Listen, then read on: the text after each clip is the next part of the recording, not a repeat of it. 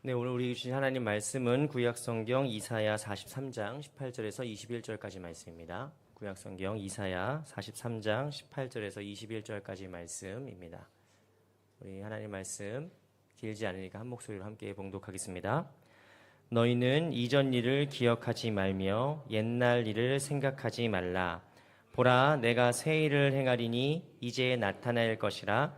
너희가 그것을 알지 못하겠느냐? 반드시 내가 광야의 길을 사막의 강을 내리니 장차 들짐승 곧 승냥이와 타조도 나를 존경할 것은 내가 광야의 물을 사막의 강들을 내어 내 백성 내가 택한 자에게 마시게 할 것임이라.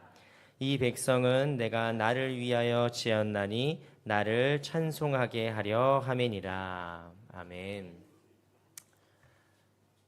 네, 덴마크의 철학자인 키에르케고르가 했던 얘기 중에 회상과 반복이 다르다는 말이 있습니다. 회상과 반복. 회상은 리콜렉션이라고 하고 반복은 리페티션이라고 합니다. 회상과 반복이 다르다 이런 말을 했는데 이게 뭔 뜻이냐면 회상은 그리스적인 개념이라는 거예요. 고대 그리스적인 개념. 그래서 진리랄지 아름다움이랄지 선한 거나 좋은 것이 다 어디에 있다? 과거에 있다는 거예요. 우리가 뭔가 잊혀져 있어. 그게 다 뒤에 있어요. 과거에 있어서 그런 것들을 발견하려면 어디로 가야 되냐? 근원으로 가야 되는 거죠. 늘 과거로 가야 되고 늘 이제 왜? 과거 것이 더 선하고 본래적이고 아름다운 거기 때문에 진리를 찾으려면 어떻게 된다? 과거로 돌아가야 된다. 이렇게 보는 거예요. 그 말도 일면 맞는 얘기죠. 옛날에 사람이 더 착하고 지금처럼 이렇게 복잡하지 않고 그랬을 때 더 사람들이 선하고 올바르고 뭐 그렇지 않았겠습니까? 그런데 이런 생각은 기본적으로 이런 자세는 뭘 낳게 되냐면은 기본적으로 슬프다는 게 문제예요. 슬퍼요. 과거를 생각하면 슬픕니다. 그러니까 과거의 좋은 거를 생각하고 과거의 아름다움을 생각하고 이렇게 하면은 돌아보는 순간 그게 어느 순간 슬퍼져요. 이를테면 나의 인생의 기쁨이 우리 애가 클 때였다. 우리 애기 돌쟁이 때 그렇게 예쁘고 그렇게 귀엽고 그때를 생각하면 내가 나도 모르게 막 미소가 번지는 분이 계시다면 지금 애 커가지고 막 사춘기라고 문 닫고 안 나오고 뭐 이러면은 슬퍼져요. 그 좋았을 때. 그때는 우리 애가 그렇게 착했는데 그때는 우리 집이 그렇게 잘 살았는데 그때는 내가 건강했는데 그때는 내가 그렇게 예뻤는데 뭐 이렇게 과거로 계속 돌아가면 설사 그게 사실이라 할지라도 사람이 계속 슬퍼지는 거예요. 잃어버린 것에 대한 향수가 계속 남는 것이죠. 그런데 키에르케고르는 성경은 우리에게 회상하라고 하는 게 아니라 반복하라고 하신다라고 가르쳤어요. 반복, 레페티션인데 이 반복은 무엇을 위한 반복이냐? 앞을 향해 기억하는 것이라고 나옵니다. 앞을 향해 기억하는 것. 영어로는 remembering forward. remembering, 기억을 하는데 제 자세는 어디에 있느냐? forward. 앞을 향해서 반복하는 거예요. 그래서 이 회상과 반복이 다르다는 것이죠. 여러분 따지고 보면 설교를 듣고 우리가 예배를 드리는데 여러분 우리가 얼마나 많이 반복을 합니까? 여러분 예수님 이야기를 몇 번 들어보셨어요? 셀 수 없이 많이 들어보셨잖아요. 예수님 가나의 혼인잔치 뭐 물이 변화에 포도주 되고 이런 얘기 여러분 몇 번 들어보셨습니까? 셀 수 없이 많이 들어보셨어요. 설교를. 아브라함 설교 수십 번도 넘게 들었을 거예요. 다들. 근데 들을 때마다 아이 나 그거 다 아는 얘기야. 아이 그거 다 아는 얘기예요. 하면서 오늘 설교 안 들어버리면 여러분 은혜 받을 수 있습니까? 없습니까? 없어요. 하나님의 말씀은 항상 반복됩니다. 같은 얘기예요. 그런데 그 얘기 속에서 오늘 내게 주시는 의미는 다르단 말이에요. 내가 10년 전에 받은 은혜와 오늘 내가 받는 은혜는 달라지는 거예요. 왜? 반복이 일어나니까. 그 반복이 우리를 어떻게 만드니까? forward, 앞으로 가게 만드는 거예요. 여러분 그 음악하는 사람들이 하는 얘기인데 그 한호 아십니까? 한호? 뚠두둔두둔두둔두둔두둔두둔뚠뚠뚠뚠 이런 거 아세요? 한호? 피아노 학원 가면 애들이 다 나가 떨어지는 이유가 이거를 하기 때문이에요. 뚠뚠뚠뚠뚠 이렇게 손가락 연습하고 이런 겁니다.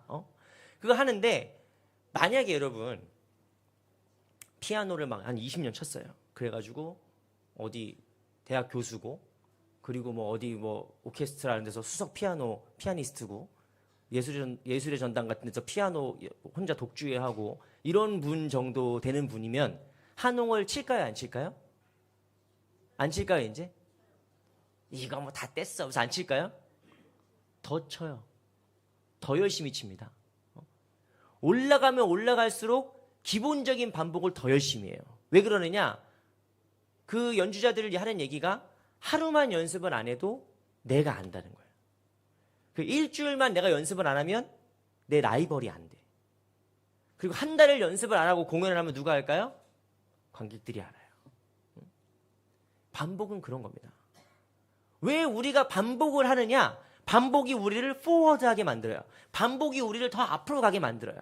하나님께서 우리에게 말씀을 주시는 것은 무엇이냐면 늘 같은 말씀일지 몰라도 이 말씀이 우리를 과거에서 더욱더 높은 경지로 더욱더 깊은 신앙으로 우리를 자라가게 하기 때문이에요. 여러분 우리가 송구영신 예배 때 잠깐 말씀드렸지만 하나님은 18절에서 너희는 이전 일을 기억하지 말며 옛날 것을 생각하지 말라라고 가르치십니다. 여러분 무엇을 기억하고 무엇을 생각하지 말라는 뜻일까요? 첫 번째, 나의 나쁜 기억을 기억하지 말라는 거예요. 나의 나쁜 기억에 집착하지 말라는 거예요. 나쁜 기억을 묵상하는 사람들이 있습니다. 과거의 상처, 과거의 아픔, 과거의 어려움을 너무 거기에 한이 서려가지고 거기서 못 빠져나오는 사람들이 있어요. 두 번째, 좋은 기억에 집착하는 사람들이 있어요. 그때가 좋았는데, 그때가 진짜 좋았는데. 그래서 나쁜 기억과 좋은 기억을 집착하게 되면 그것은 문제가 생기는 거예요. 그거는 반복이 아니라 회상으로 가버려요. 회상이 돼버려요. 그 회상의 문제가 뭡니까? 리멤버링 하는데 거기에 머무르게 되는 거예요. 성경은 어떻게 얘기한다고요? 리멤버링은 무엇을 위한 것이다? forward, 앞을 위한 것이다. 그런데 사람들은 어떻게 살아갑니까? 과거에 그게 나쁜 기억이든 좋았던 기억이든 거기에 집착하는 경향이 커요. 여러분 우리가 성경에서 독일어 성경과 이 72년 성경에서는 단순히 잊어버려라 라고 얘기하는 게 망각해라, 잊어버려라 라고 얘기하는 게 아니라 과거의 잘못된 의존을 끊으라는 말씀으로 기록되어 있어요. 번역이 되어 있어요. 그게 뭔 말이냐? 여러분 사람은 어떻게 사냐면은 살던 대로 살아갑니다. 대체로 살던 대로 살아가요. 여러분 우리가 자녀를 키울 때 저는 저의 아이들을 키울 때도 마찬가지지만 우리 애들이 막 엄마 100점 맞았어 하면 별로 좋긴 하겠지만 아직 그런 적이 없어가지고 잘 모르겠는데 그래도 애들을 키울 때 아이들에게 하는 얘기가 있어요. 뭐냐면 사람이 작은 성공을 맛봐야 돼요. 어렸을 때부터. 이게 현실적으로. 내가 열심히 해서 어떤 성과가 작은 성과, 작은 성공들을 계속 맛을 봐야 돼요. 그러면 어떻게 되냐면 내가 열심히 하면 되는구나. 내가 열심히 해보니까 이게 됐네? 이런 성취감을 인생의 작은 성취감들을 애들이 막 느껴야 돼요. 그래야 어떻게 되느냐? 나중에 큰 성취를 이룰 때에도 그게 도움이 되는 거예요.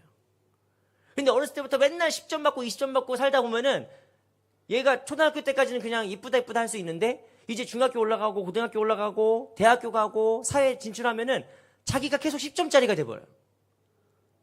내가 계속 30점짜리인 줄 알아요. 그래서 아이들을 키울 때 그런 작은 성취를 계속 열어주는 건 좋은 겁니다.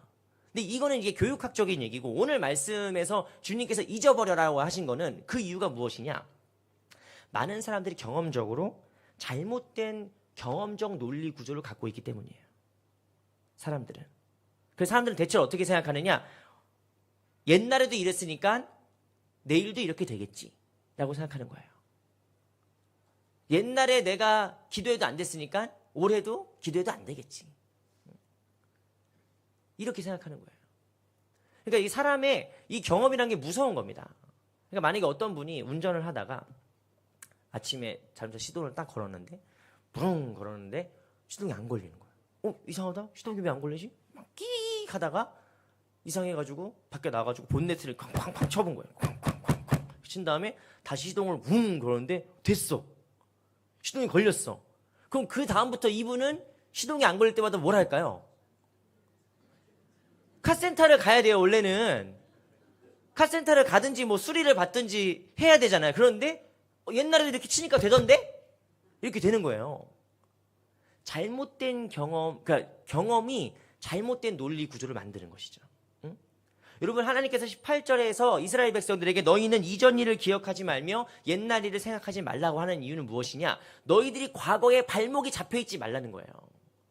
거기에 잡혀가지고 잘못된 경험을 마치 옛날 이렇게 하니까 됐어, 옛날 이렇게 하니까 됐어, 이렇게 해서 거기서 집착해가지고 포워드하지 못하게 만드는, 그렇게 살지 말라는 거예요.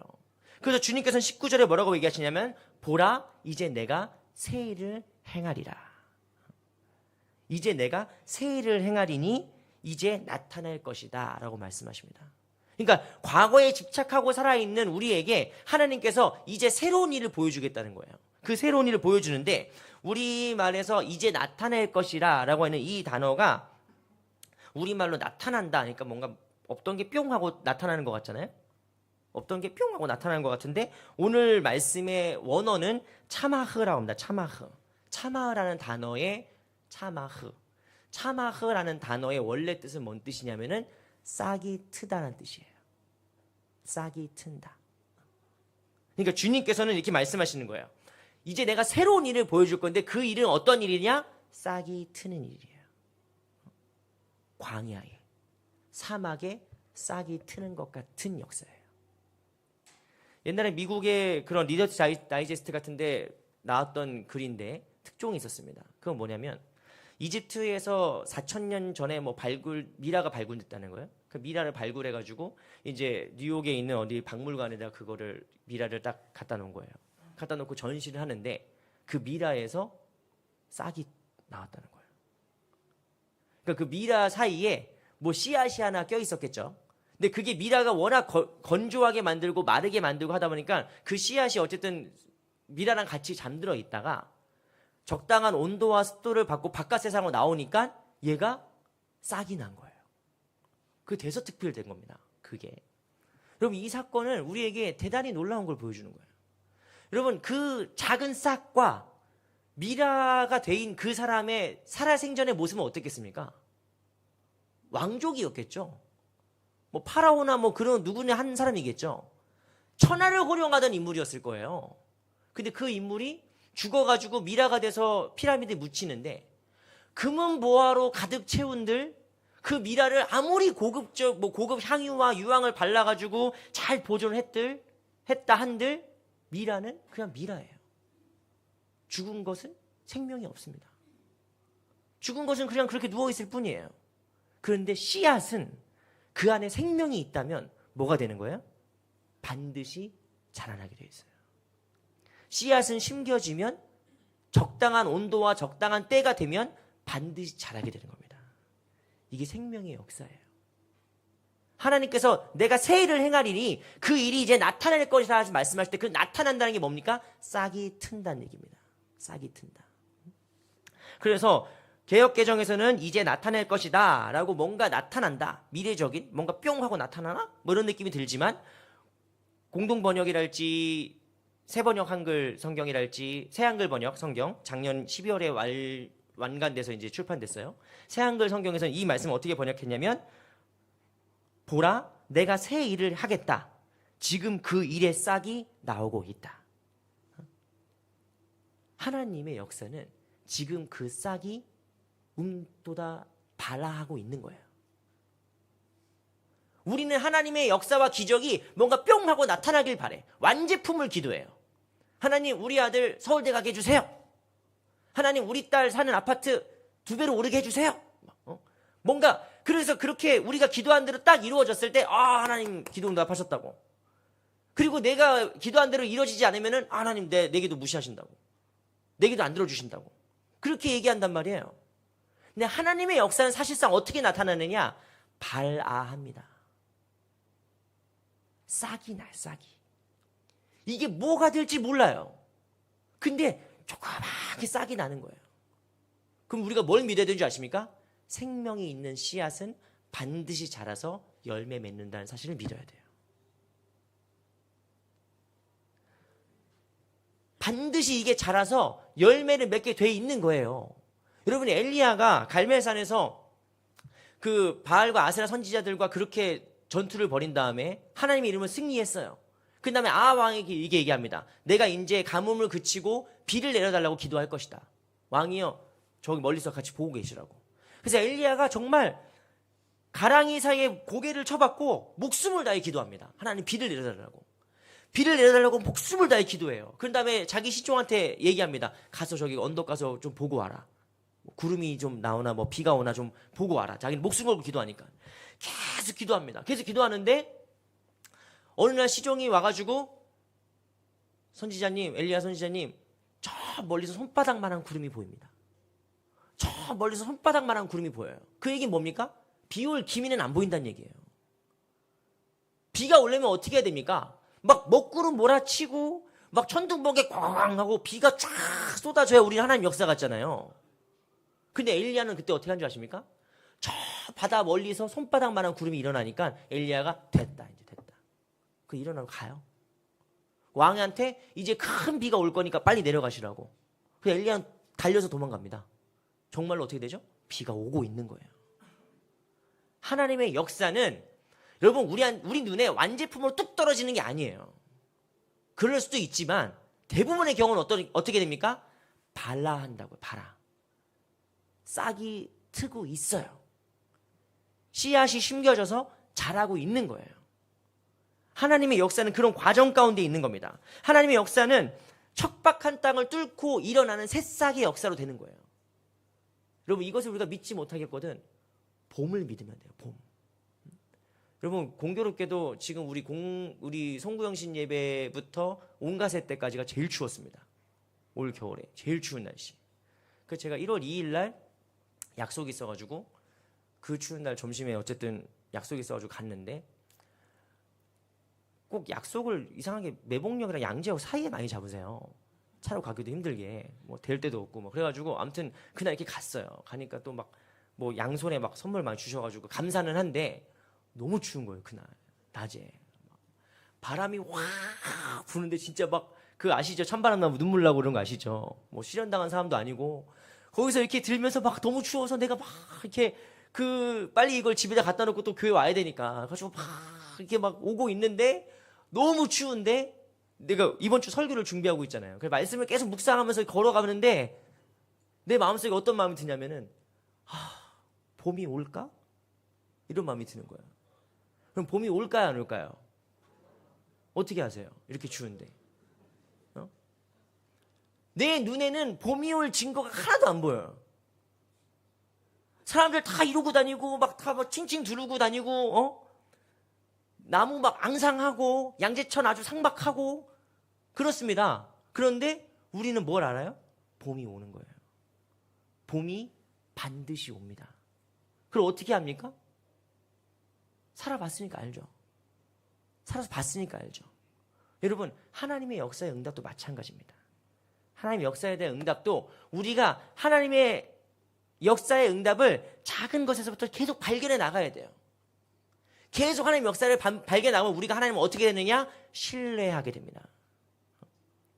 우리는 we believe in God. 우리는 하나님을 믿지만 we trust in God. 하나님을 신뢰하는 것은 다른 영역이에요.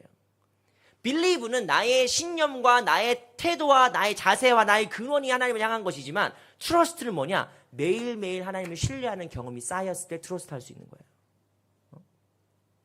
애기들이 처음에 태어났을 때 엄마 하면서 울어요. 와 울어요. 엄마가 달려가. 엄마가 달려가서 뭐 젖주고 막 분유 타주고 막 기저귀 갈아주고 막 그런단 말이에요. 왜 그럽니까? 애들은 아직 엄마를 트러스트하지 않는 거예요. 경험이 너무 짧아서 그래요. 그런데 그렇게 1년, 2년, 3년 그렇게 아이가 엄마와 아빠를 신뢰하는 경험들이 엄마 아빠가 내가 부르면 오더라. 내가 울면 엄마 아빠가 오더라. 이 경험이 쌓여가면 어떻게 되는 거예요? 이 애착이 잘 형성되면 아이들이 건강하게 자랄 수 있는 거예요. 마찬가지입니다. 우리가 하나님을 믿어갈 때 이런 작은 신뢰의 경험들이 계속 쌓여가야 돼요. 그래서 주님께서 우리에게 말씀하시는 거예요. 내가 새 일을 너에게 보여주겠다. 싹이 이미 나고 있다. 어디에? 그 광야에. 사막에 강이 나고 있다. 주님께서 말씀하시는 겁니다. 근데 20절 말씀 보시면은 여기 갑자기 생뚱맞은 동물이 등장하는데 승냥이와 타조가 등장해요. 여러분 승냥이랑 타조 보신 분도 계십니까? 이번 주에 승냥이랑 타조 보신 분. 저는 잘 모르죠. 승냥이랑 타조를 잘 모르죠. 그 승냥이가 뭔가, 이게 늑대인가 일인가 싶어가지고 영어 성경을 찾아봤더니 자칼이라고 나와요. 자칼. 자칼 보신 분 계세요? 잘 모릅니다. 그래서 우리는 이 승냥이와 자칼과 타조를 그게 뭐 평상시에 볼 수 있는 사람들이 아니기 때문에 이게 어떤 의미인지 잘 몰라요. 그런데 성경 해설서들과 주석서를 살펴보니까 이게 대체로 어떤 의미냐면은 승냥이는 사람이 살 수 없는 버려진 땅을 상징한 동물입니다. 그러니까 우리도 그렇잖아요. 밤에 아우 소리 나면 뭐죠? 어떤 느낌이죠? 뭔가 무서운 느낌이죠. 황폐하고 인적이 드물고 뭔가 좀 스산한 느낌이잖아요. 적막, 버려진 곳 이런 느낌이잖아요. 그리고 두 번째, 타조는 실제로 타조가 그런지는 모르겠습니다. 실제로 타조가 그런 동물인지 모르겠는데 성경에서는 타조가 어떤 동물로 나오냐면은 거친 광야의 환경에 살면서 자기 새끼를 돌보지 않고 버리는 비정한 동물로 묘사돼요. 진짜 타조가 모성애가 있는지 없는지 몰라요. 근데 성경에서 그런 상징으로 나온대요. 자기 새끼를 버린다. 그러니까 승냥이와 타조를 합치면 어떤 뜻입니까? 황폐하고 버림받은 외로운 그걸 상징하는 거예요. 근데 이 하나님이 새로운 역사를 일으키시면 광야에 싹이 튀어나오고 사막에 물줄기가 흐르기 시작하면 어떻게 된다고요? 승냥이와 타조도 나를 존경하게 될 것이다. 하나님을 찬양한다는 거예요. 이 말씀은 두 가지 의미가 있습니다. 첫 번째, 하나님의 이 새 일, 하나님의 새로운 역사의 범위는 바운더리는 나에게만 국한된 게 아니라는 거예요. 나만 잘 먹고 잘 사는 게 땡이 아니라는 거예요. 심지어 누구도 축복받는다? 승냥이도 축복받고 타조도 축복받고.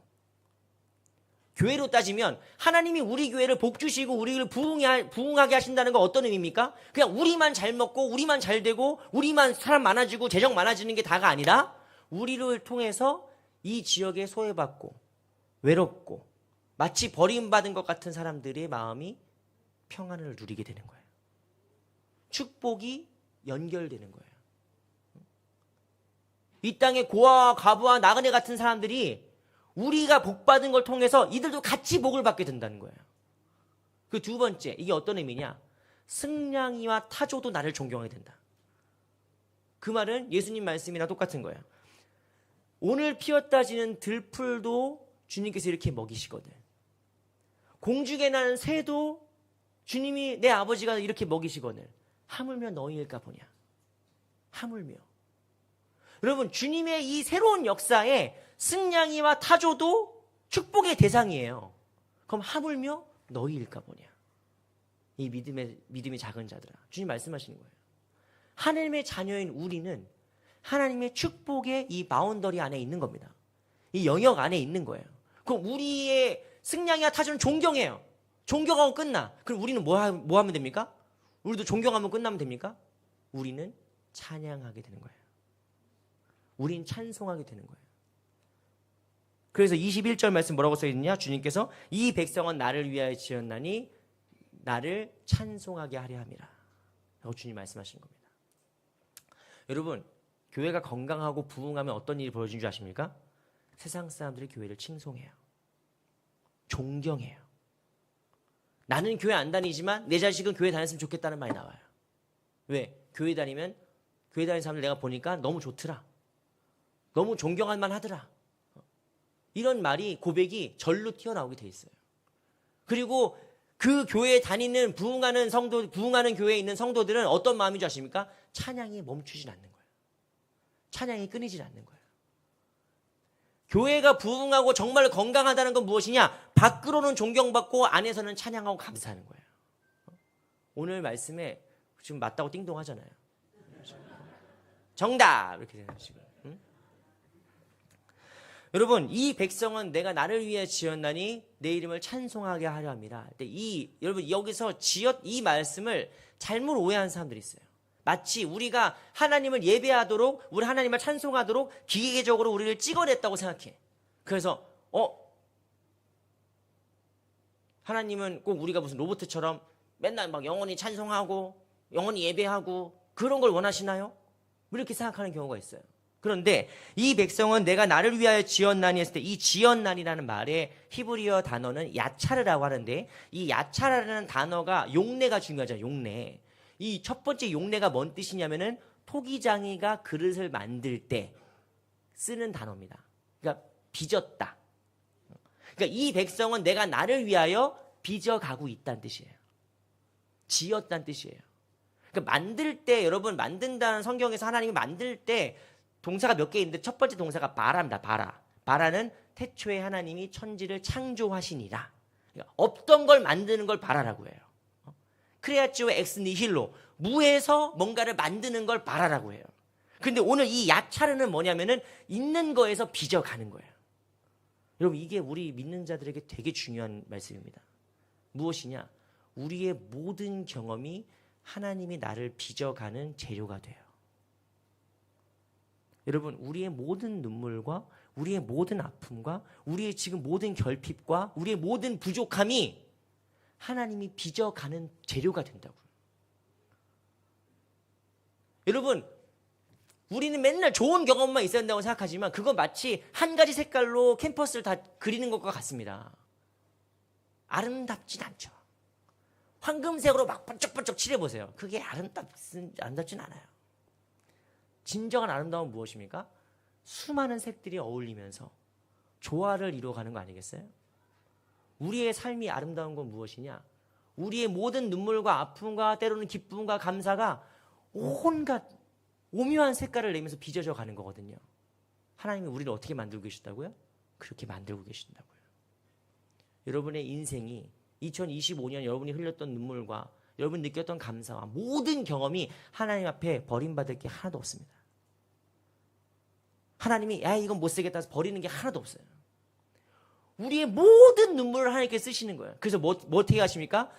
마치 토기장이가 장인이 도자기를 굽듯이 우리를 빚어가는 거예요. 빚어갑니다. 그럼 그 빚어갔을 때 우리의 완성된 모습이 뭐가 되느냐? 하나님께 찬양이 되는 거예요.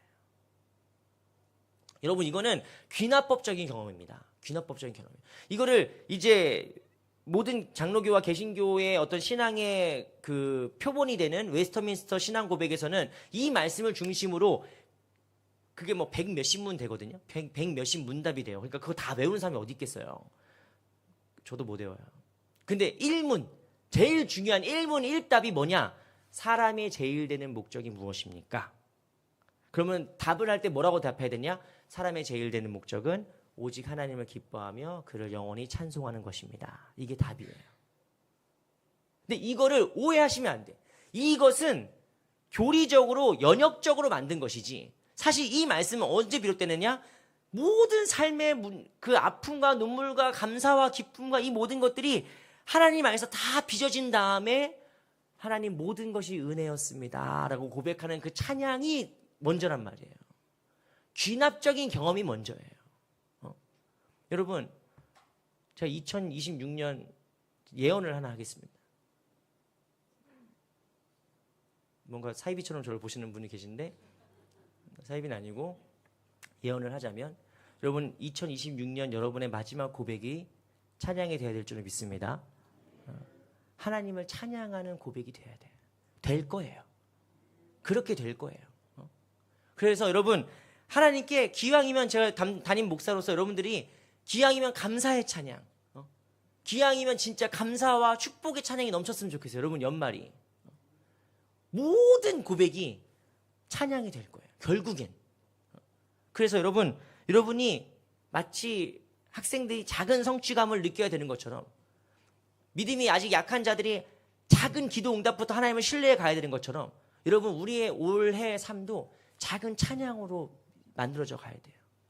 매 순간에 주님을 찬양하고 주님을 기뻐하고 주님을 감사하고 주님께서 나를 어떻게 빚어 가시는지를 기대하는 마음으로 소망하며 나아가야 돼요. 그럴 때에 올 한 해 우리의 삶이 여러분의 가정이 그리고 우리 교회가 정말